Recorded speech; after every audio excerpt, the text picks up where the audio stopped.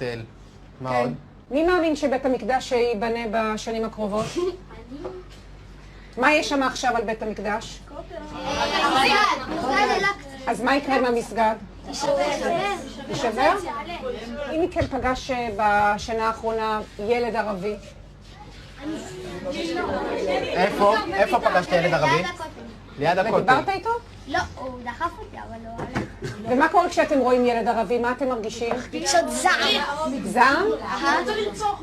מה קורה כשאתם פוגשים ילד חילוני? מרחב, אנחנו גם לא חרדים. למה אתה מרחם עליו שלא נולד חרדי? מה הוא מפסיד? הוא לא הולך לדרך כשאתם חושבים על ירושלים בעוד 10 שנים, כולם חרדים? לא כולם חרדים. חלק ערבים, חלק חרדים. כולם יהודים, ויש גם ערבים שהם עבדים. יהיה משיח, הבנתי, כן, מה אתה אומר? שמלחמה כל הערבים ימותו, וחלק מהם יהיו עבדים.